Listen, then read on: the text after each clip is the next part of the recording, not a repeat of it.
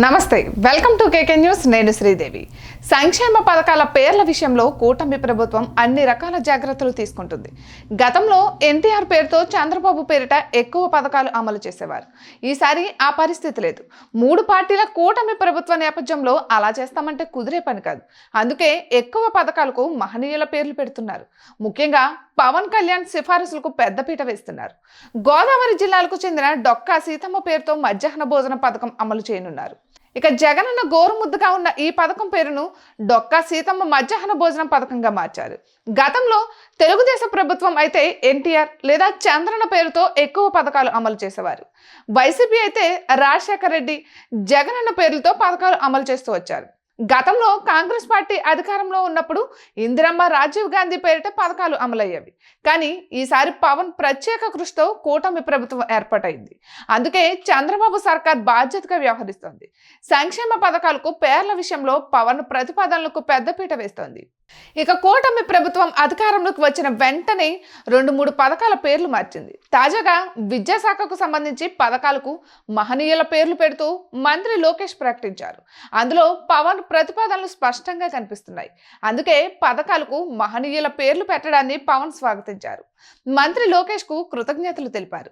ఇక ప్రాథమిక విద్యలో అమలైన పథకాలకు ప్రస్తుతం గొప్ప వ్యక్తుల పేర్లు పెట్టారు.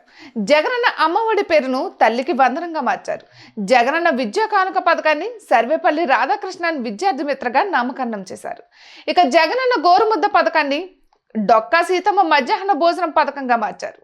నాడు నేడు పథకాన్ని మనబడి మన భవిష్యత్, స్వేచ్ఛ పథకాన్ని బాలికా రక్షగాను, జగనన్న ఆనిముత్యాలను అబ్దుల్ కలాం ప్రతిభా పురస్కారంగాను పేర్లు మార్చారు.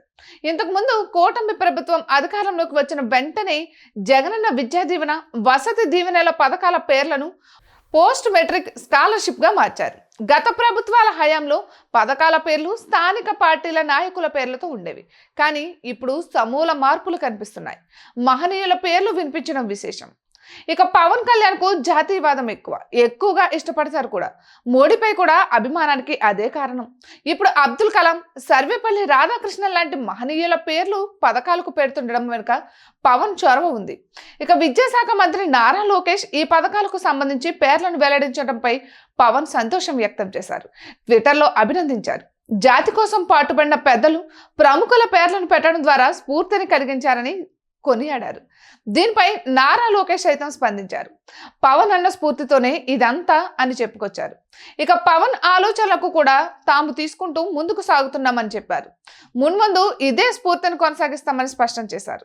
అయితే ఈ పథకాలకు దేశ ప్రముఖుల పేర్లు పెట్టడాన్ని సామాన్యులు సైతం ఆహ్వానిస్తున్నారు. ఇటువంటి మరెన్నో వీడియోస్ కోసం కేకే న్యూస్ తెలుగు ఛానల్ని సబ్స్క్రైబ్ చేసుకోండి.